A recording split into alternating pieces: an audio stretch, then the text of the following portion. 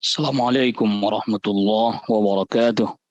إن الحمد لله نحمده ونستعينه ونستغفره ونعوذ بالله من شرور أنفسنا ومن سيئات أعمالنا. من يهده الله فلا مضل له ومن يضلل فلا هادي له. أشهد أن لا إله إلا الله وحده لا شريك له، وأشهد أن محمدا عبده ورسوله. يا أيها الذين آمنوا اتقوا الله حق تقاته ولا تموتن إلا وأنتم مسلمون. يا أيها الناس اتقوا ربكم الذي خلقكم من نفس واحدة وخلق منها زوجها وبث منهما رجالا كثيرا ونساء. واتقوا الله الذي تساءلون به والأرحام إن الله كان عليكم رقيبا. يا أيها الذين آمنوا اتقوا الله وقولوا قولا سديدا يصلح لكم أعمالكم ويغفر لكم ذنوبكم، ومن يطع الله ورسوله فقد فاز فوزا عظيما. أما بعد، فإن أصدق الحديث كتاب الله، وخير الهدي هدي صلى الله عليه وسلم، وشر الأمور محدثاتها، وكل محدثة بدعة، وكل بدعة ضلالة، وكل ضلالة في النار. Ma'asyiral hadirin jamaah a'azzakumullah.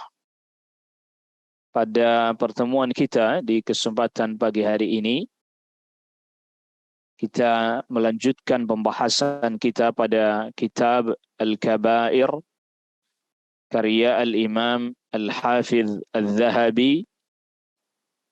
Dan sekarang kita masuk pada Al-Kabiratul Hadiyatu Wassittun, dosa besar yang ke-61. Berkata Al-Imam Al-Zahabi bahwa dosa besar yang ke-61 ini adalah man asyara ila akhihi bihadidatin, yaitu orang yang mengisyaratkan kepada saudaranya dengan senjata tajam. Jadi dia arahkan senjata tajam ke saudaranya sesama mukmin, sesama muslim. Dan di dalam bab ini Al-Imam Al-Zahabi hanya mendatangkan satu hadis saja, yaitu hadis yang diriwayatkan oleh Al-Imam Muslim dari sahabat Abu Hurairah radhiyallahu an. Nabi sallallahu alaihi wasallam bersabda, "Man asyara ila akhihi bihadidatin." Siapa orang yang mengarahkan kepada saudaranya senjata tajam, fa innal malaikata tal'anuhu, maka sungguhnya para malaikat melaknatinya. Wa in kana akhahu min ummihi wa abihi, walaupun itu kepada saudara kandungnya sendiri. Ya, jadi larangan mengarahkan senjata tajam kepada saudaranya walaupun itu saudara kandungnya, yang sangat kecil sekali kemungkinannya dia melakukan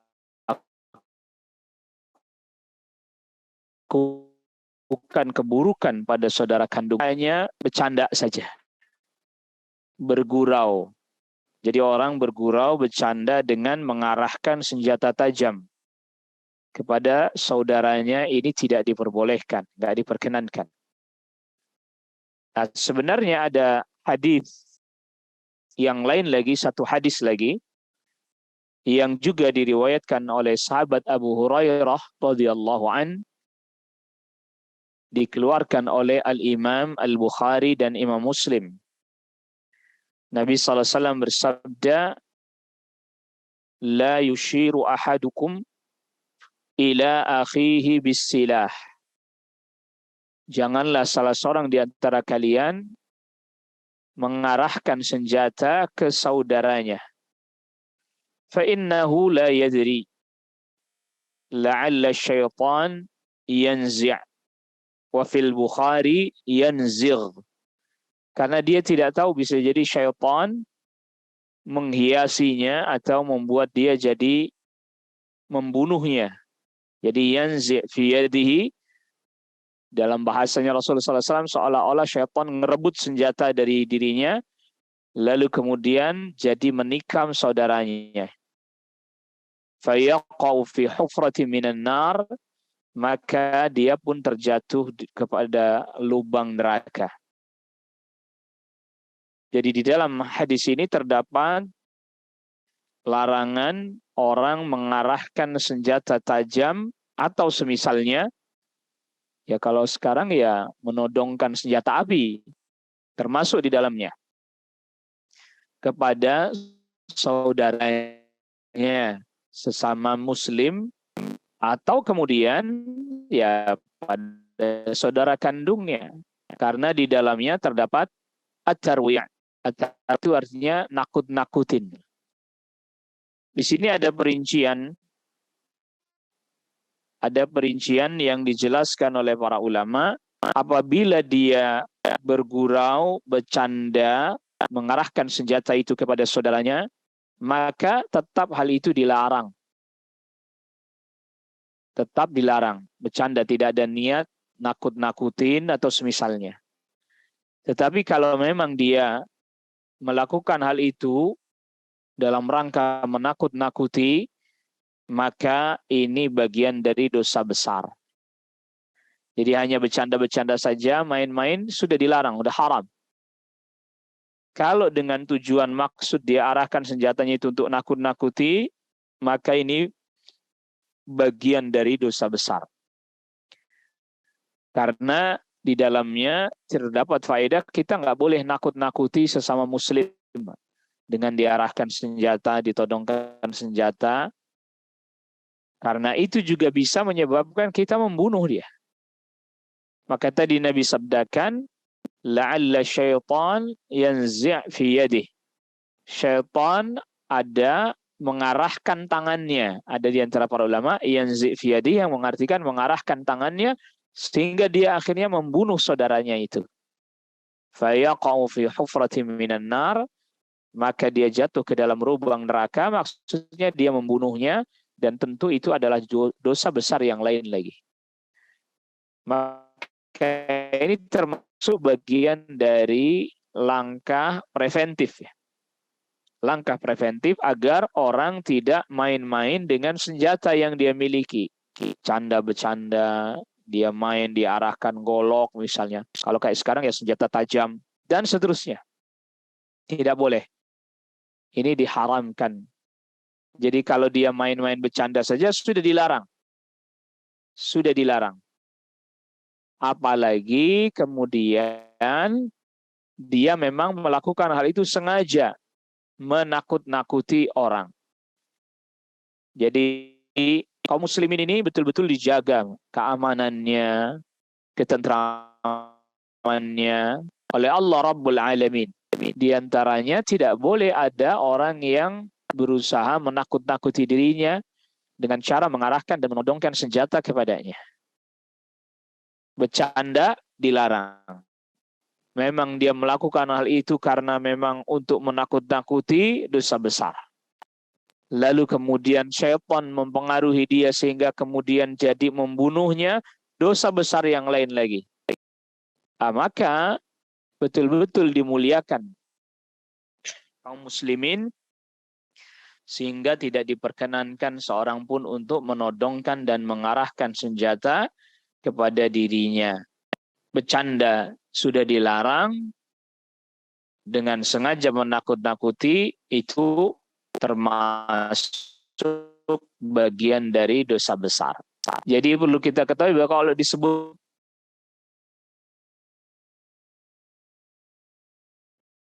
haram belum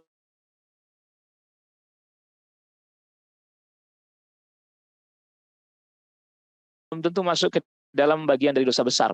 Jadi sesuai ya, maka para ulama jelaskan kalau Anda bercanda dilarang. Sungguh-sungguh ingin nakut-nakuti bagian dari dosa besar. Jadi nggak boleh kita menakut-nakuti orang, termasuk ngeprank ya, kalau kayak sekarang ya. Ngeprank dengan cara takut-takutin dan seterusnya. Yang itu akan mendatangkan madarat, mendatangkan mara bahaya. Jadi ada orang ngeprank, di-prank seolah-olah ada suara tembakan misalnya. Akhirnya kemudian dia lari. Dengan sebab dia lari, akhirnya bisa jadi dia jatuh ke lubang. Atau bahkan dia bisa ketabrak mobil dengan sebab itu. Maka nggak boleh ini. Dengan nakut-nakuti. Niatnya bercanda, tapi bikin orang jadi kaget, jadi takut, jadi panik. Tidak diperkenankan hal ini. Masuk juga di dalamnya itu. Nggak diperbolehkan. Walaupun hanya bercanda, guyonan tetap tidak diperbolehkan. Lalu selanjutnya al-kabiratu tsaniyatu wassittun. Dosa besar yang ke-62 yaitu manidda'a ila ghairi abihi. Orang yang menasabkan dirinya kepada selain ayahnya. Jadi tidak boleh seseorang menasabkan dirinya, mengklaim bahwa dia adalah anak seseorang, padahal dia itu bukan ayahnya. Di dalam bab ini, Al-Imam Al-Zahabi mendatangkan beberapa hadis. Yang pertama, hadis dari sahabat Sa'ad radhiyallahu an, dikeluarkan oleh Al-Imam Al-Bukhari dan Imam Muslim. Rasul sallallahu alaihi wasallam bersabda, "Man idda'a ila ghairi abihi wa huwa ya'lamu annahu ghairu abihi fal jannatu 'alaihi haramun." Siapa orang yang dia mengaku mengklaim nasab kepada yang selain ayahnya, wa huwa ya'lam, sedangkan dia mengetahui annahu, bahwa sesungguhnya orang tersebut ghairu abi, bukan bapaknya, fal jannatu alaihi haram, maka surga haram bagi dirinya. Ya, surga Allah haramkan bagi dirinya. Lalu kemudian selanjutnya, hadis yang selanjutnya yang didatangkan oleh Al-Imam Al-Zahabi, yaitu hadis dari sahabat Abi Hurairah radhiyallahu an. Anin Nabi sallallahu alaihi wasallam, Nabi sallallahu alaihi wasallam bersabda, la targhabu an abaikum. Janganlah kalian membenci bapak kalian. Faman raghiba an abihi fahuwa kufrun. Siapa orang yang membenci ayahnya, maka dia jatuh pada kekufuran. Di dua hadis ini seolah-olah bahwa orang yang mengklaim bahwa itu ayahnya padahal itu bukan ayahnya, yang menasabkan itu pada dirinya padahal dia tahu itu bukan ayahnya, disebut di hadis yang pertama Allah haramkan surga baginya. Di hadis yang kedua disebutkan kufrun, kekufuran. Nah, para ulama jelaskan bahwa yang dimaksud haram surga baginya, ya haram dia masuk surga bersama dengan orang-orang yang awal-awal masuk surga. Maksudnya itu. Bukan haram selama-lamanya. Sebagaimana yang dimaksud dengan kufrun ini bukan kufur akbar. Bukan kufur yang besar. Tetapi kufur kecil. Kufur kecil. Yang maknanya dia telah melakukan perbuatan kekufuran tetapi tidak mengeluarkan dia dari keislaman. Yang artinya juga tidak haram baginya surga selama-lamanya, tidak.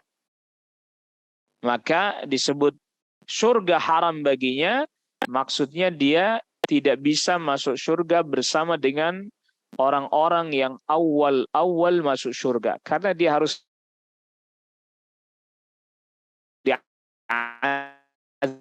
diazab dulu. Ya, karena dia harus diazab dulu. Ditambah lagi di lafaz yang lain dengan ancaman laknat. Dengan ancaman laknat.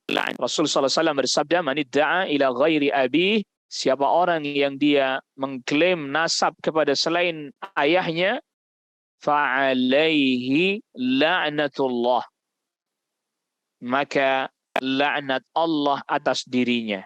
Jadi ini ada beberapa redaksi bahasa yang menunjukkan bahwa ini dosa besar. Yang pertama tadi adalah al-jannah alaihi haram. Yang kedua, kufrun.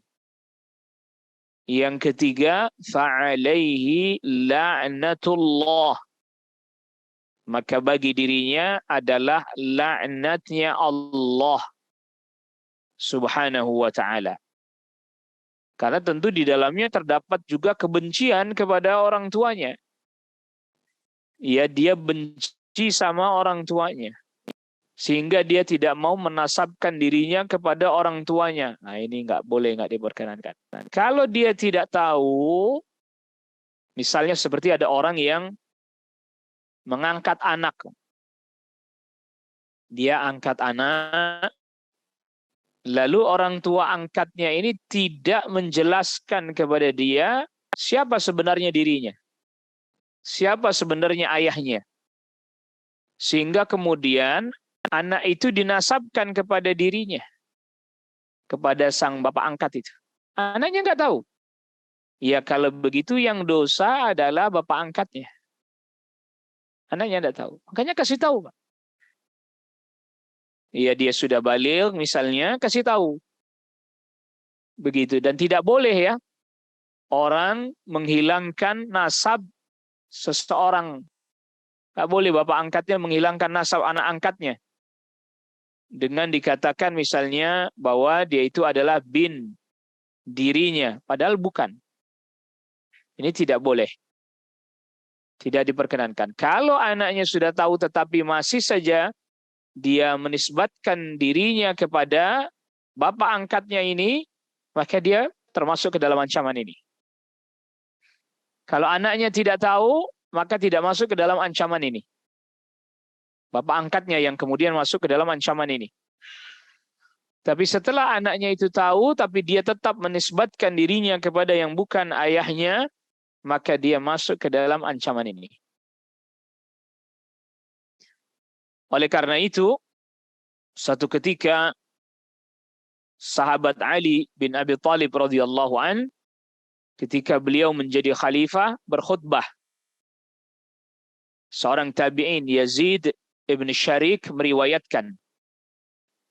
Qala, berkata Yazid bin Syarik, ra'aitu Aliyan radhiyallahu anhu yakhtubu 'ala al-mimbar. Saya pernah melihat sahabat Ali bin Abi Thalib berkhutbah di atas mimbar. Fasami'tuhu yaqul, maka aku pun mendengar sahabat Ali bin Abi Thalib berkata, ma indana kitabun naqra'uhu illa kitabullahi wa ma fi hadhihi as-sahifati. Kami tidak memiliki kitab suci yang kami baca kecuali hanya Al-Quran saja. Ini sekaligus membantah perkataan orang-orang Syiah Rafidhah yang mereka mengatakan bahwa ada mushaf khusus yang mereka sebut dengan mushaf Fatimah radhiyallahu anha, yang jumlahnya 3 kali lipat dari mushaf Al-Quran yang ada. Lebih banyak dia. Orang-orang Syiah Rafidhah katakan itu ada itu mushaf. Dan ketika Fatimah radhiyallahu anha wafat, diserahkan kepada sahabat Ali bin Abi Thalib radhiyallahu anhu. Kan Aisyah radhiyallahu Fatimah radhiyallahu anha wafat 6 bulan setelah Rasul sallallahu alaihi wasallam wafat. Fatimah radhiyallahu anha wafat. Jadi jaraknya 6 bulan dari wafatnya Rasul sallallahu alaihi wasallam.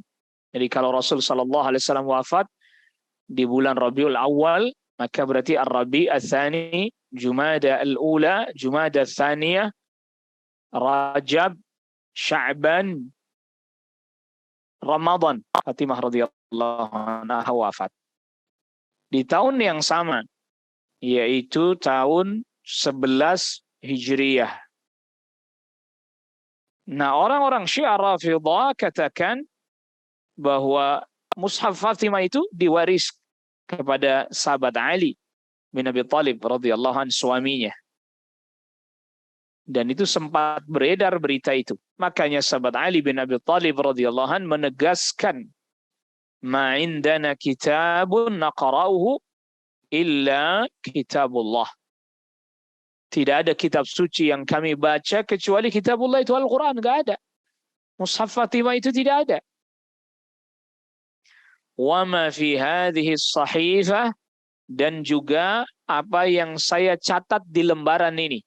Jadi sahabat Ali bin Abi Thalib sempat mencatat hadis Rasul sallallahu alaihi wasallam di satu lembaran yang dimasukkan ke dalam sarung pedangnya sahabat Ali bin Abi Thalib radhiyallahu anhu. Diambil nih. Jadi saya nggak punya ilmu khusus dari Rasulullah SAW, kecuali ya seperti yang diketahui oleh para sahabat yang lain. Ilmunya sahabat Ali bin Abi Thalib radhiyallahu anhu dari Al-Quran, dari kitabullah. Ilmunya sahabat Ali bin Abi Thalib radhiyallahu anhu dari hadis Rasul. Dan itu pun dicatat oleh sahabat Ali bin Abi Thalib. Maka nih di sini dalam Al-Quran dibuka. فَإِذَا فِيهَا أَسْنَانُ الْإِبِلِ. Ternyata di dalamnya terdapat terkait dengan masalah usia unta. Maksudnya zakat. Zakat unta. Untanya jumlahnya sekian yang dizakatin, usia unta yang usia sekian, jumlah sekian yang dizakatin, unta yang usia sekian. Dicatat oleh sahabat Ali bin Abi Thalib radhiyallahu anhu. Wa asya minal jirahat, dan juga terkait dengan luka. Orang melukai orang dengan luka begini, hukumannya begini. Bayarnya sekian. Misalnya dia melukai bagian kepala, bayarnya sekian. Itu dicatat. Dan di dalam catatan itu juga, catatannya sahabat Ali bin Abi Thalib radhiyallahu an, Rasulullah sallallahu alaihi wasallam bersabda, "Al-Madinatu haramun ma baina 'airin ila thawrin." Kota Madinah adalah, tanah Madinah adalah tanah haram. Jadi Rasulullah SAW memohon kepada Allah Rabbul Alamin agar Madinah menjadi tanah haramnya Rasul SAW. Makkah menjadi tanah haramnya Nabi Ibrahim alaihissalam. Sedangkan Madinah menjadi tanah haramnya Rasul SAW. Karena Rasul SAW udah nggak bisa kembali lagi ke Makkah setelah hijrah. Sampai wafat di Madinah. Ma baina 'airin ila thawrin. Antara Bukit Air dan Bukit Thawr. Ini nama bukit. Orang-orang mengatakan bahwa Bukit Thawr itu adalah bukit yang di belakang Bukit Uhud, ke bagian utara. Dan warnanya agak kemerah-merahan.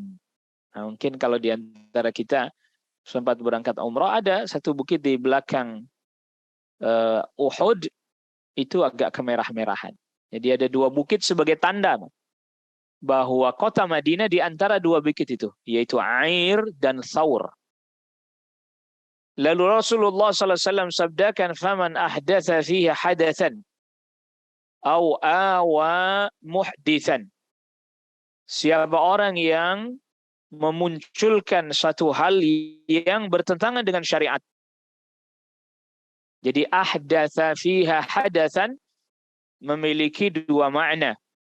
Makna yang pertama, dia memunculkan hal baru dalam agama, yang kemudian disebut dengan bid'ah. Ahdatsa hadatsan juga maknanya adalah berbuat maksiat. Siapa orang yang berbuat kemaksiatan secara umum di Madinah atau melindungi pelaku maksiat, fa'alaihi la'natullah, maka bagi dirinya laknat Allah, wal malaikati, dan para malaikat, wan nasi ajma'in, dan mendapatkan laknat seluruh manusia. Jadi di dalam hadis ini terdapat faedah bahwa tidak boleh orang berbuat maksiat di tanah haram Madinah. Begitu juga di tanah haram Makkah. Bikin maksiat di selain dua tempat itu haram.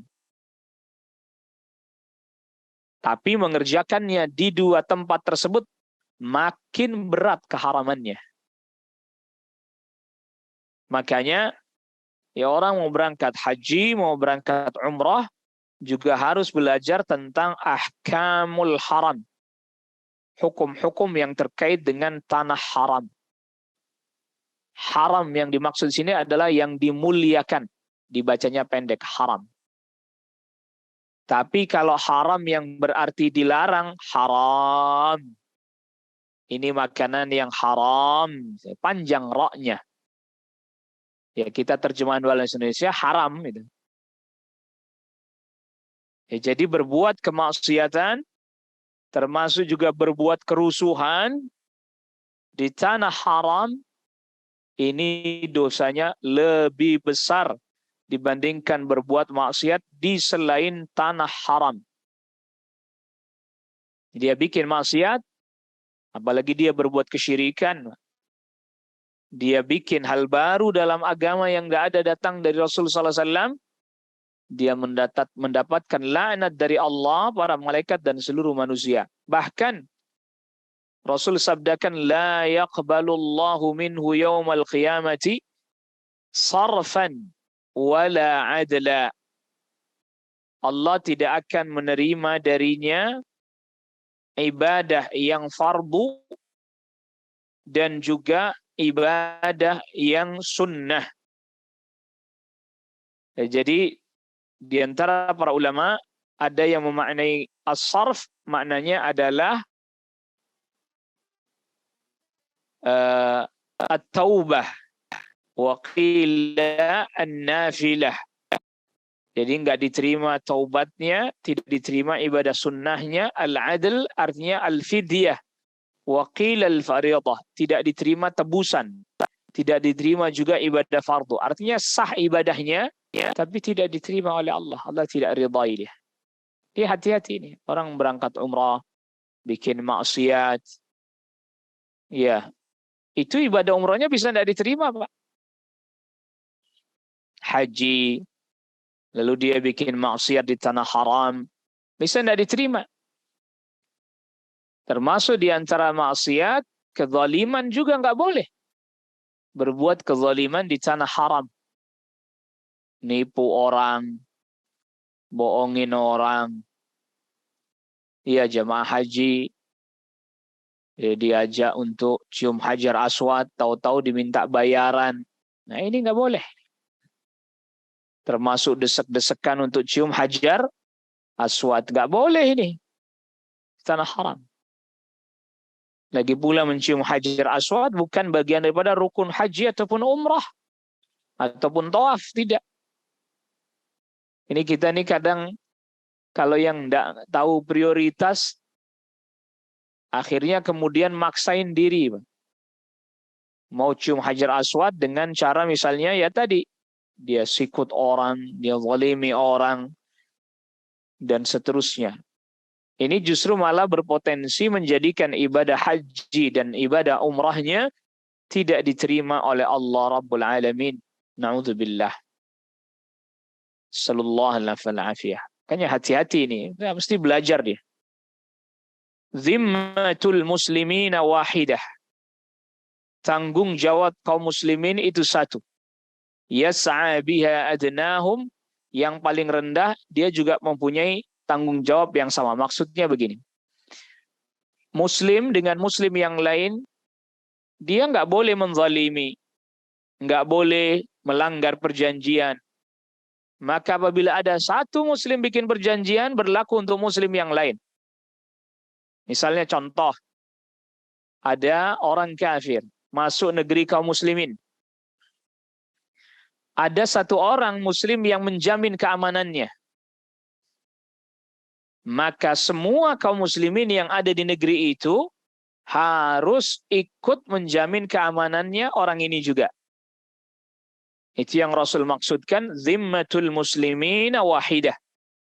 Tanggung jawabnya kaum muslimin satu, sama. Sampai yang paling rendah dari kalangan kaum muslimin wajib menjaga hal itu.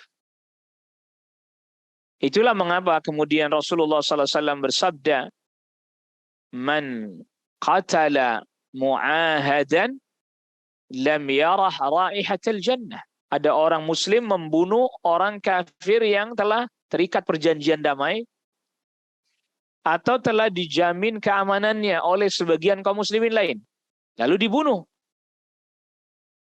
oleh salah seorang dari kalangan kaum muslimin, lam yarah raihatal jannah, dia tidak akan mencium bau harumnya surga.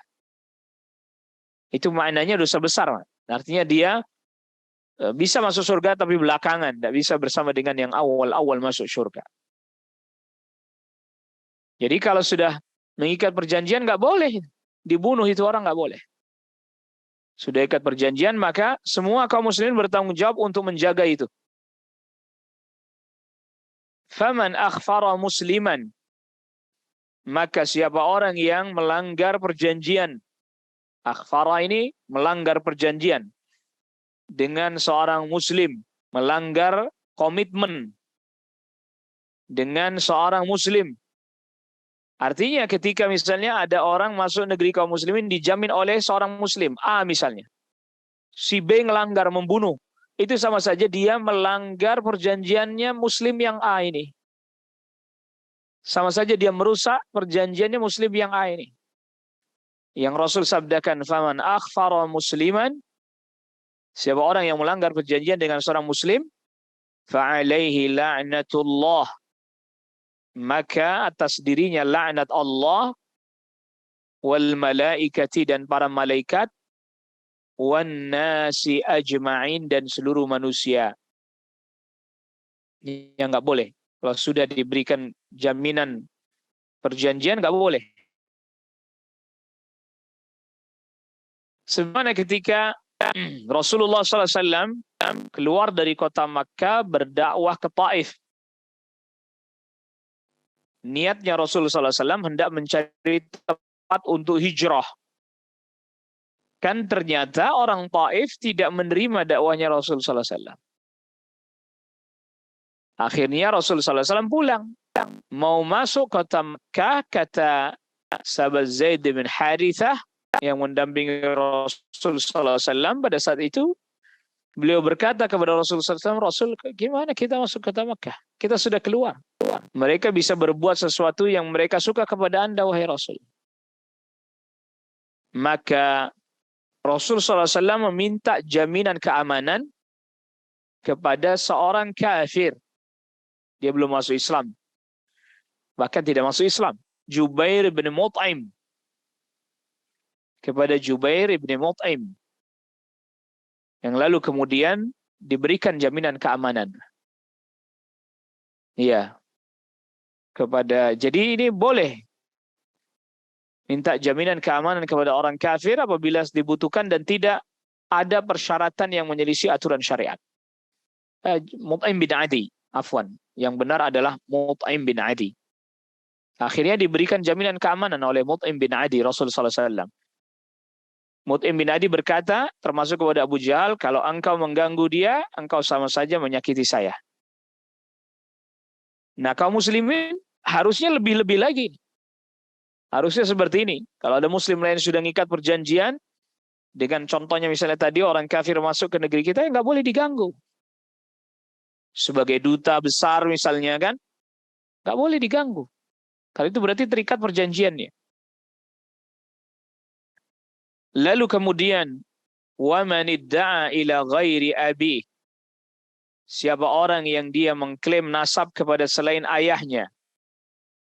Awintama ila ghairi mawali, atau dia menisbatkan dirinya kepada yang bukan mawalih. Mawalih ini orang yang merdekakan budak, Pak. Jadi misalnya si fulan punya budak, lalu dimerdekakan, maka hak perwaliannya ada pada yang merdekakan, yang memerdekakan. Rasul sallallahu alaihi wasallam bersabda, al-wala'u liman a'taqa. Perwalian bagi budak itu ada pada tuan yang memerdekakannya. Yang nanti ini menyebabkan dia bisa menerima waris juga dengan sebab wala ini. Nah, lalu kemudian budak itu mengaku bahwa dia misalnya dimerdekakan oleh tuan fulan, padahal itu bukan tuannya dulu. Bukan orang yang memerdekakannya. Ya, ini termasuk ini. Fa'alaihi la'natullah, maka atas dirinya laknat Allah, wal malaikati, dan laknatnya para malaikat, wan nasi ajma'in, dan laknat seluruh manusia. La yaqbalullahu minhu yawmal qiyamati sarfan wala adla. Allah tidak menerima darinya taubat dan juga tebusan.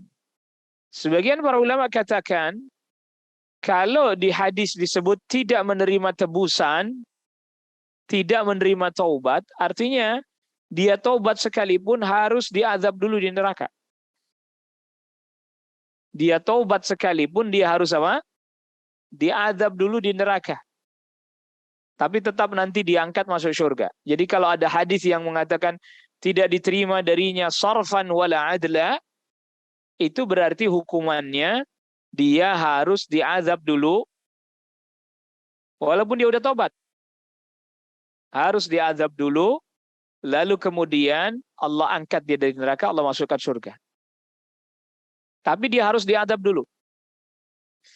Makanya, kalau kita lihat hadis yang sebelumnya kan, orang yang dia menisbatkan diri kepada selain ayahnya, surga haram baginya. Karena dia nggak bisa masuk awal-awal, dia harus diazab dulu. Kufur, dia juga harus diazab dulu. La'nat Allah, para malaikat dan seterusnya tidak diterima darinya sarfan wala adla. Dia mau sodako banyak-banyak sekalipun, taubat sekalipun, dia nggak bisa dimasukkan surga, kecuali harus diazab dulu. Soal lama sama sebentarnya kembali kepada Allah Rabbul Alamin. Maka oleh karena itu, ini menunjukkan betapa besarnya dan betapa beratnya dosa tersebut. Ya, dia seolah-olah menganggap ayahnya nggak ada, Pak, kalau begitu. Ya, dia seolah-olah menganggap ayahnya nggak ada. Dia nggak mau menisbatkan dirinya kepada ayahnya. Maka terkait dengan masalah nasab, itu tidak bisa dihilangkan. Mau bapaknya nggak ngakuin dia sekalipun, tetap melekat pada dirinya, nasab ayahnya tetap. Jadi misalnya orang tuanya nggak ngakuin, nggak, saya sudah nggak ngakuin dia sebagai anak saya. Nggak ngaruh, secara aturan syariat tetap dia berhak mendapatkan waris karena ada nasab melekat pada dirinya. Kecuali dia melakukan perbuatan yang bisa membuat dia jadi batal jadi ahli waris, misalnya dia bunuh bapaknya sendiri, itu batal. Dia nggak bisa masuk ke dalam barisan ahli waris. Karena mungkin bapaknya nggak mati-mati nih, lama nggak dibagi-bagi warisan, saya bunuh aja dah. Misalnya, saya racun aja lah ini, biar cepat mati nih bapak saya, biar segera dibagi warisan. Ketika dicek ternyata ini matinya karena kena racun, lalu diketahui diteliti yang meracuni anaknya sendiri. maka anak yang meracuni itu dicoret dari ahli waris. Secara syar'i, bukan orang tuanya yang nyoret. Ya, jadi dia dicoret dari barisan ahli waris kalau sama orang tuanya karena mungkin tuh anak bandel, nggak taat, nggak mau nurut sama orang tua, nggak bisa, Pak. Saya coret kamu dari ahli waris, nggak bisa. Karena nasabnya nggak bisa dicoret. Ya, secara syar'i, nasabnya anak itu nggak bisa hilang. Mau pindah kemana itu nasabnya? Nggak bisa, Pak. Nggak bisa dicoret. Sebagaimana anak itu tidak ada nasab, tidak bisa jadi ahli waris. Tapi bisa terima dari wasiat, anak angkat. Sampai kapanpun dia tidak akan pernah bisa menjadi ahli waris, dapat bagian warisan. Tidak bisa. Tapi dia bisa dapat dari wasiat. Dan wasiat maksimal 1/3. Nah itu. Jadi nggak bisa dicoret sama orang tuanya, nggak bisa. Pokoknya kamu saya coret dari ahli waris. Kecuali ada sebab syar'i, contohnya dia membunuh orang tuanya, atau berbeda agama. Bapaknya Muslim misalnya, anaknya murtad, keluar dari Islam. Ya mau pindah ke agama mana aja, murtad. Maka dia tercoret secara otomatis dari barisan ahli waris. Kenapa begitu? Perlu kita ketahui bahwa yang membagikan harta waris itu sebenarnya bukan bapak ibu kita. Tapi Allah Rabbul Alamin. Karena ketika orang tua kita wafat, hartanya itu kembali kepada pemilik awal. Siapa? Allah Rabbul Alamin. Lalu Allah tetapkan siapa saja yang berhak menjadi ahli waris, siapa saja yang tidak. Allah Subhanahu wa taala juga tetapkan berapa bagiannya masing-masing ahli waris. Jangan suka-suka kita sendiri, bagi rata aja. Itu kan suka-suka sendiri, Allah bagiin, kita yang malah suka-suka sendiri. Nah, tidak boleh. Termasuk tadi, siapa yang ahli waris, siapa yang bukan ahli waris. Orang tuanya nggak bisa coret suka-suka dirinya, kecuali dengan sebab syar'i tadi. Anaknya murtad, ya Allah yang memang coret dia. Berdasarkan sabda Rasul sallallahu alaihi wasallam, la yarithul muslimul kafira walal kafirul muslima. Orang muslim nggak bisa mewarisi orang kafir, sebaliknya juga orang kafir tidak bisa mewarisinya. Sebaliknya. Begitu juga membunuh, nggak bisa. Jadi itu aturan syariat yang ngatur. Jadi nggak bisa kita asal, coret aja nih anak. Kenapa? Ini anak bandel nih, nggak pernah mau taat sama bapaknya, sama emaknya. Coret dari ahli waris, nggak bisa. Itu hak Allah, mutlak hak Allah. Nggak bisa, orang tuanya nggak bisa melakukan itu. Lalu kemudian hadis yang selanjutnya, wa'an Abi Dzarrin radhiyallahu anhu, dan dari sahabat Abu Dzar radhiyallahu anhu, annahu sami'a Rasulullah sallallahu alaihi wasallam, bahwa sahabat Abu Dzar mendengar Rasul sallallahu alaihi wasallam bersabda, laisa min rajulin idda'a li ghairi abihi wa huwa ya'lamuhu illa kafar. Tidaklah seseorang yang dia mengklaim nasab selain bapaknya dan dia tahu itu bukan bapaknya, melainkan dia kafir. Tadi kita sudah katakan ini kafirnya kufur asghar, bukan kufur akbar. Karena kalau kufur akbar dia nggak bisa masuk surga sama sekali. Dia masih bisa, tapi dia mesti diazab dulu ini. Wa man idda'a ma laysa lahu falaysa minna. Dan siapa orang yang mengklaim sesuatu yang bukan haknya, maka dia bukan termasuk bagian dari kami. Termasuk dari nasab, dia klaim bukan haknya. وَلْيَتَبَوَّأْ مَقْعَدَهُ مِنَ النَّارِ. Ya hendaklah dia menyiapkan tempat duduknya di neraka. Artinya sama saja orang yang mengklaim nasab yang bukan ayahnya, sama saja dia menyiapkan tempat duduk di neraka untuk dirinya sendiri. وَمَنْ دَعَى رَجُلًا بِالْكُفْرِ. Dan siapa orang yang memanggil seseorang dengan kekufuran, hai kafir gitu. Au qala aduwallah, wahai musuhnya Allah. Walaysa kadzalik, padahal dia bukan orang kafir. illa hara alaih, melainkan perkataan itu kembali kepada dirinya sendiri. Di dalam lafadznya Imam Muslim, illa raja'a alaih, melainkan perkataan dia yang mengatakan wahai kafir itu kembali pada dirinya sendiri. Jadi di bagian akhir dari hadis ini menjelaskan tidak boleh juga mengkafirkan serampangan atau mengkafirkan orang Islam yang tidak berbuat kekafiran.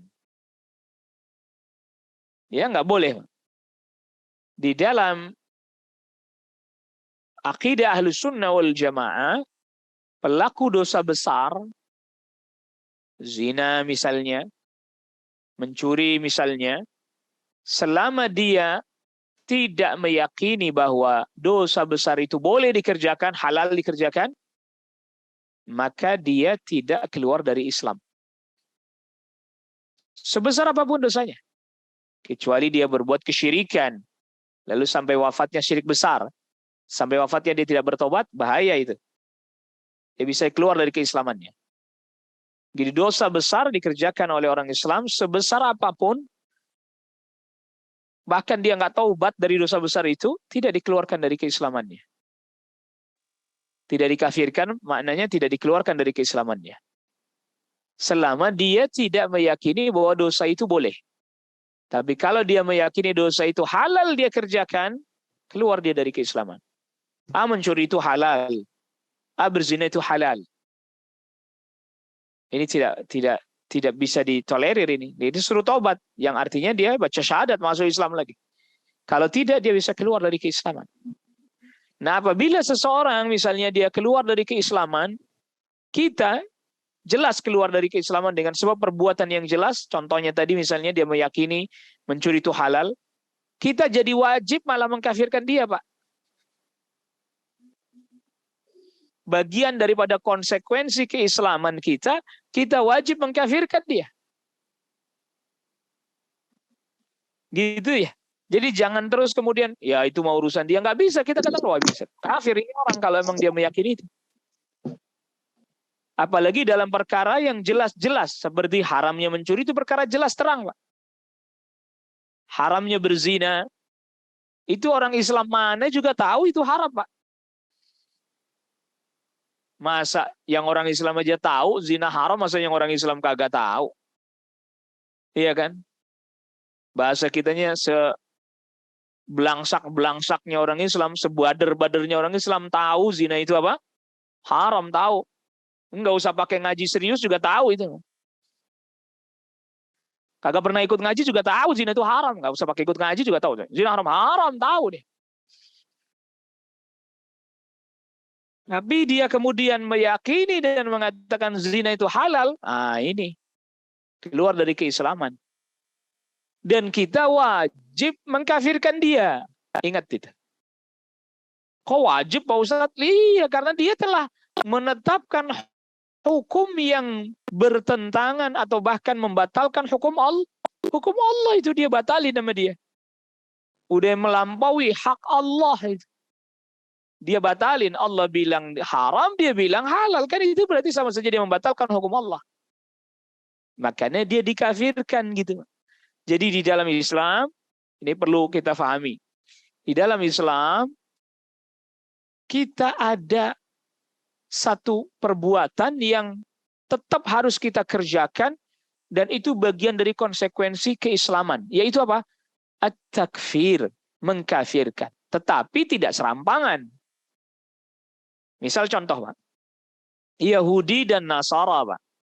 Itu kita wajib mengkafirkan mereka. Karena Allah yang mengkafirkan mereka, kita ikutin. Laqad kafara alladhina qalu innallaha thalithu thalathah. Sungguh telah kafir orang yang mengatakan Allah itu satu di antara tiga. Laqad kafara alladhina qalu innallaha huwal masih ibnu Maryam.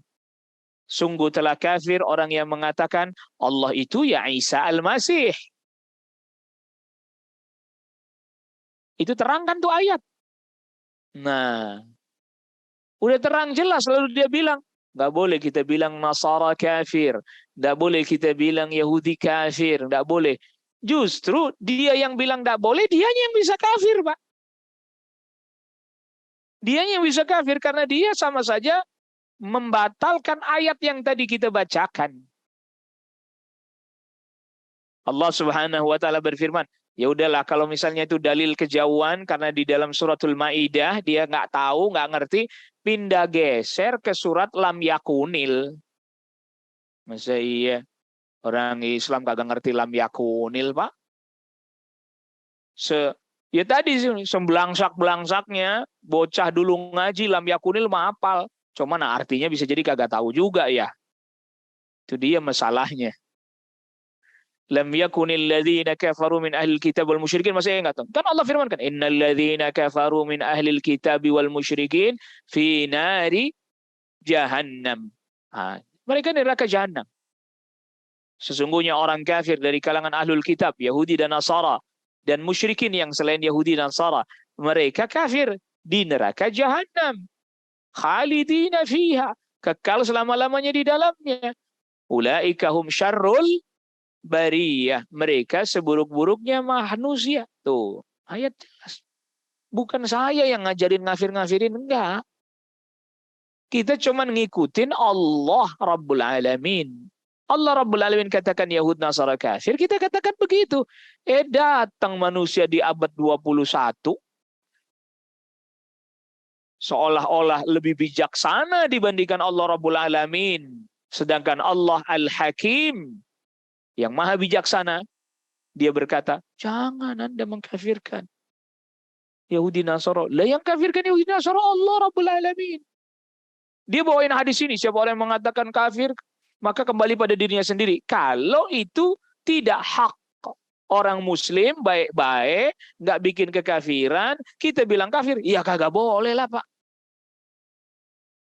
Mau sebesar apapun dosa besar yang dia kerjakan, kalau dia meyakini itu dosa besar tidak menganggap halal, dan itu bukan perkara yang membatalkan keislaman, kita bilang dia masih dalam Islam.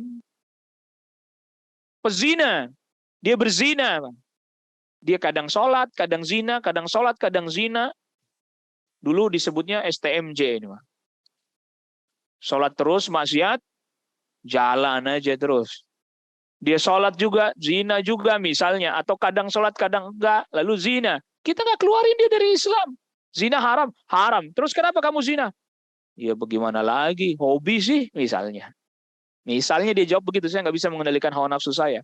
Kita katakan berarti Anda berbuat dosa besar. Tapi tidak dikeluarkan dari apa? Keislaman. Tapi dosa besar itu. Nah, kok kita kafirkan dia dengan sebab dosa besar, itu gak boleh, kesesatan namanya. Itu namanya kesesatan. Itulah jalan yang ditempuh oleh kelompok yang sesat yang disebut Al-Khawarij. Kenapa? Karena dia mengkafirkan orang Islam yang berbuat dosa besar. Dia katakan keluar dari Islamnya kekal di neraka. Itu yang gak boleh. Ini kadang orang ini hari ini merasa lebih bijaksana daripada Allah Rabbul Alamin. Jangan dong, Anda itu nggak boleh begitu. Mengkafirkan Yahudi Nasrani ini nggak boleh. Lah Allah yang kafirkan. Terus Anda bilang nggak boleh, kan aneh ini. Waliyadzubillah wa nasallallahu alaihi wasallam. Kita cukupkan apa yang kita sampaikan pada pertemuan kali ini. Ada pertanyaan? Tafadhol, silahkan. Baik. Jazakallah khairan katsiran pada guru kita yang pagi ini menjelaskan dua tema dalam kitab Al-Kabair. Tadi yang pertama, larangan untuk mengacungkan benda tajam kepada saudara kita, dan yang kedua, mengakui orang lain sebagai ayah kita. Penjelasan yang cukup lengkap dari Ustaz kita. Apabila ada pertanyaan dari jamaah, kami silakan.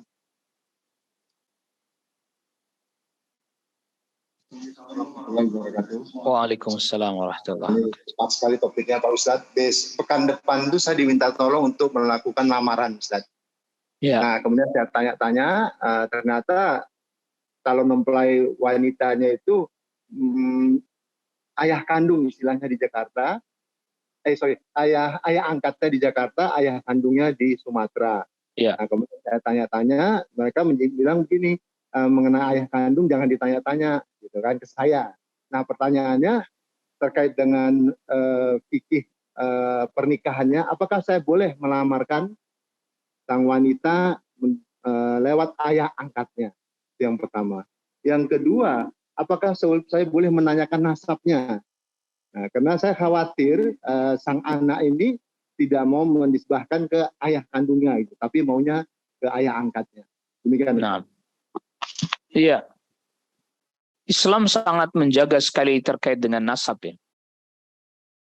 Bukankah Rasulullah SAW juga yang sabdakan, tunkahul mar'atu li arba', wanita itu dinikahi karena 4 faktor. Limaliha karena hartanya, wali jamaliha karena cantiknya, wali hasabiha karena keturunannya yang baik, wali jamaliha karena kecantikannya, wali diniha dan karena faktor agamanya. Fadfar bidzatid din taribat yadak. Tetap prioritaskan agamanya, maka engkau akan beruntung. Artinya faktor nasab, faktor keturunan termasuk faktor yang dipertimbangkan di dalam urusan menikahi wanita. Nah, ini biasanya yang juga saya pernah temui, itu bapak angkatnya yang nggak mau, Pak. Bapak angkatnya yang nggak mau, anaknya itu disebut nasabnya ke bapak kandungnya. Yang pernah kejadian itu saya begitu. Saya bilang ya nggak bisa, harus tetap nasabnya, bintinya tetap harus ke bapak kandungnya. Adapun bapak angkat yang menikahkan, maka harus dapat perwakilan atau dapat mandat resmi dari bapak kandungnya.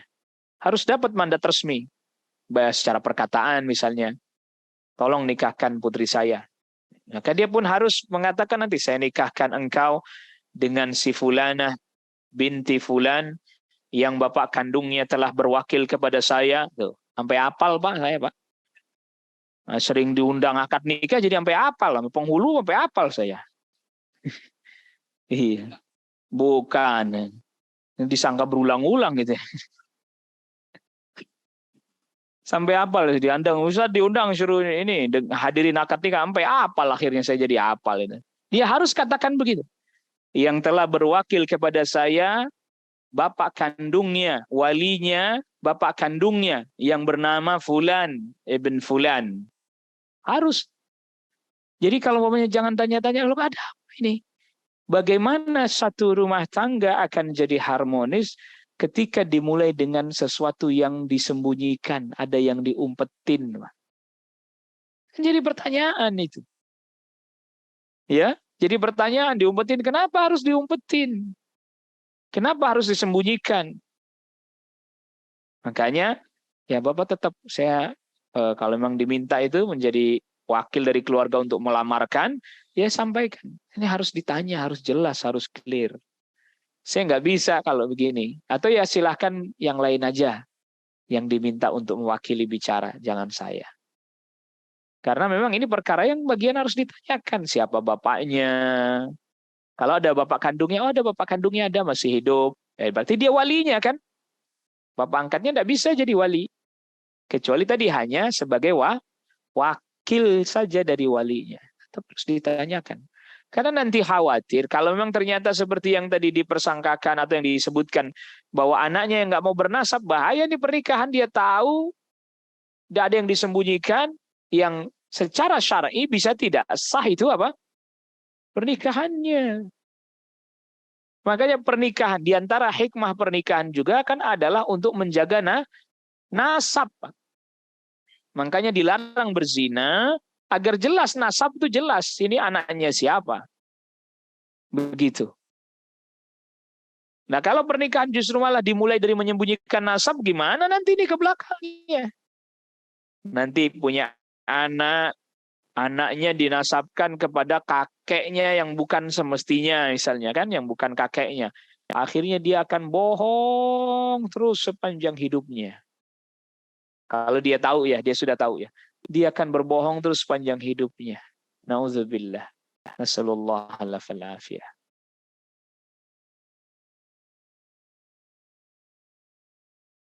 Sama bangnya, kalau bapaknya masih hidup, wali di bawah. Bapaknya harus dikasih tahu. Bapaknya harus melimpahkan, mewakilkan. Dia harus dikasih tahu.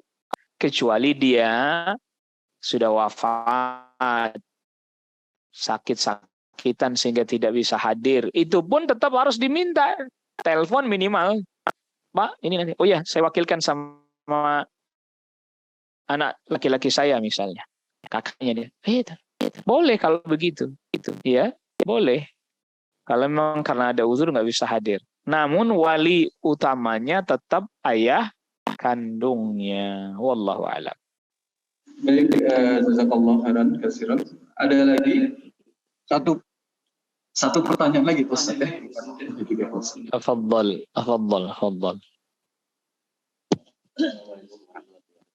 Waalaikumsalam warahmatullahi. Masalah menodongkan senjata tajam. Ya. Kan dosa besar. Terus gimana kalau misalnya redaksinya seorang muslim kalau baru mau niat berbuat kebaikan, misalnya amal ibadah, udah mendapat pahala, apalagi udah dilakukan. Sebaliknya, kalau seorang muslim udah berniat berbuat jahat, tapi belum dicatat. Gimana itu hubungannya dengan hadis yang menodongkan senjata tajam itu, Ustaz? Jadi perlu kita ketahui ya Pak ya, menodongkan senjata tajam itu udah dilarang, Pak. Perbuatannya udah dilarang. Ya kan gitu. Orang yang, perhatikan ada dua hadis. Orang yang berniat keburukan, dia belum mengerjakan, nggak jadi dicatat kan? Iya betul itu. Nggak keliru itu. Lah kalau orang yang nodongin senjata tajam, belum tentu dia niat mau membunuh. Belum tentu dia mau nakut-nakutin. Tapi perbuatan menodongkannya emang udah dilarang. Jadi perbuatan mengacungkan senjatanya itu emang sudah dilarang. Tergantung niatnya. Niatnya cuma guyon bercanda, tetap dilarang. Niatnya memang mau nakut-nakutin, dosa besar. Niatnya mau membunuh, dia membunuhnya belum. Ngacunginnya udah lah, yang ngacunginnya itu udah dosa itu. Dia ngacungkan senjatanya udah dosa. Bunuhnya dosa lain lagi. Nggak jadi membunuhnya, iya. Tapi udah mengacungkan apa? Senjatanya. Nah, itu yang dosa karena ngacungin senjatanya. Bunuhnya belum. Tapi ngacungin senjatanya udah. Nah, dosanya karena mengacungkan senjata. Berhubung larinya cepetan sono, dikejar nggak bisa misalnya. Niatnya udah mau bunuh, golok udah diginiin udah nih. Cuman berhubung larinya cepetan dia nggak kekejar, bunuh nggak jadi. Tapi kan udah begini, yang begininya ini udah dosa ini. Saya bunuh kamu, udah begini udah dosa, begininya udah dosa udah. Begitu ya Pak ya. Jadi tidak ada pertentangan dengan hadis yang mengatakan bahwa kalau orang belum niat keburukan belum jadi, nggak disatu. Iya, membunuhnya belum jadi dia. Tetapi para ulama tetap katakan niat mau membunuhnya tetap terjadi, dicatat bahkan, karena kalau seandainya dia kagak lari mesti kejadian beneran tuh. Dan dia sudah melakukan upaya, Pak. Seperti mengejar misalnya, itu namanya upaya. Makanya ketika Rasul katakan, perhatikan ya, dua orang yang membunuh dan yang dibunuh apa? Di neraka. Loh, Rasul, kalau yang bunuh di neraka kami paham, kata para sahabat. Yang dibunuh kok di neraka juga? Kata Rasul sallallahu alaihi wasallam, kalau dia punya peluang, dia yang bunuh temannya itu. Berhubung dia yang kalah aja. Tetapi kedua-duanya sudah melakukan perbuatan, sama-sama melakukan perbuatan. Jadi udah sama-sama tarung itu. Masing-masing udah sama-sama membunuh. Nah, orang yang tadi mau bunuh, ngacunginnya udah dosa, terus dia kejar, berarti dia udah melakukan langkah menuju kepada maksiat. Itu bunuhnya belum, Pak. Tapi melakukan sebab-sebab menuju pembunuhan sudah. Tercatat bagi dia ketika dia melakukan sebab-sebab pembunuhan. Makanya tadi Nabi katakan, yang bunuh, yang dibunuh di neraka. Dua-duanya sebenarnya sama-sama pengen membunuh. Cuman kalah cepat aja.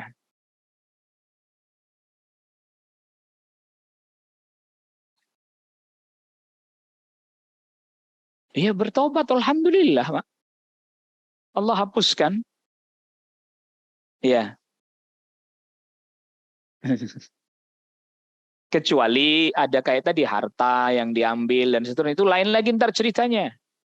Nah, lain lagi itu ntar harta, urusan harta. Begitu ya, Pak. Jadi kalau dia bertaubat, ya semoga Allah menerima apa?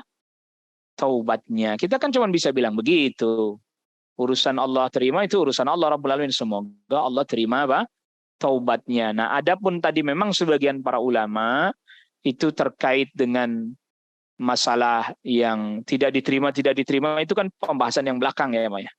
Adapun orang yang mengacungkan senjatanya itu kalau dia bertaubat, wallahu alam, dia masih bisa berpeluang mendapatkan ampunan dari Allah Rabbul Alamin. Adapun yang tadi dengan redaksi tidak diterima sirfan wala adla, itu kan yang di belakang. Pembahasan yang dosa besar ke-62 ya. Yaitu yang tidak bisa diterima. Artinya sebagian para ulama memaknai sarfan wala adla itu kalau taubat dia harus diazab dulu, tapi tetap bisa diangkat. Tetap masih bisa diangkat. Bukan berarti nggak diterima taubatnya artinya kekal di neraka, bukan. Dia tetap harus diazab dulu, tapi kemudian apa? Diangkat.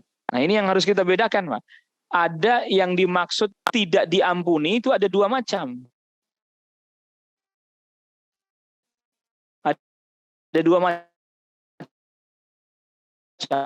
Tidak diampuni yang berat akbar, namanya di neraka dan akan pernah masuk surga. Yang kedua, tidak diampuni maksudnya adalah dia tetap harus diazab karena dosanya itu, tapi lalu kemudian Allah angkat. Jadi kata-kata tidak diampuni kita harus pahami dengan dua makna ini. Nanti kita lihat hadisnya, ayatnya bicara tentang apa dosanya. Begitu. Jadi kalau yang tidak diampuni berarti dia kekal di neraka, nggak pernah masuk surga sama sekali, syirik besar, kufur besar. Murtad termasuk di dalamnya. Kalau dia nggak taubat nggak kembali sampai matinya. Tapi apabila itu dosa besar selain ini disebut tidak diampuni, itu berarti maksudnya dia harus masuk neraka dulu, tapi tetap nanti akan diangkat oleh Allah Rabbul Alamin lalu dimasukkan ke dalam surga. Wallahu a'lam. Wa sallallahu ala nabiyyina Muhammadin wa alihi wa sahbihi wa sallama tasliman katsira. Assalamualaikum warahmatullahi wabarakatuh. Waalaikumsalam warahmatullahi wabarakatuh. Jazakallahu khairan katsiran kepada guru kita Bapak Ustaz Zainuddin Khusairi. Begitu juga kepada bapak-bapak ibu yang hadir di masjid maupun yang hadir di online.